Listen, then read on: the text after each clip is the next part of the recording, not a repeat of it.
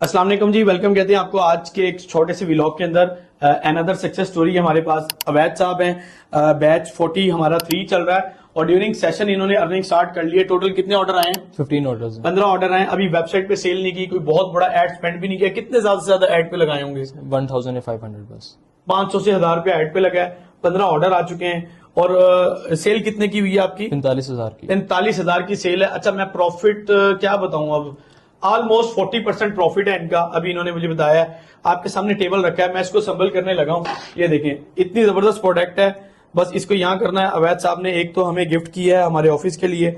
इसको आपने बस प्रेस करके इसको यहां से इसके जो स्क्रू है इसको टाइट कर देना है। इसको संभल करना बहुत इजी और सिंपल है। और एक तो इनकी तरफ से हमें गिफ्ट मिल गया, बाकी इंशाल्लाह इनका स्टार्टअप है। इस तरह की और कई प्रोडक्ट्स हैं जो बनती हैं। तो आपके पास थोड़ी सी क्रिएटिविटी और आपको सिर्फ फेसबुक ऐड चलाना आना चाहिए, आप बहुत कुछ कर सकते हैं। वैसे साहब क्या कहना चाहोगे?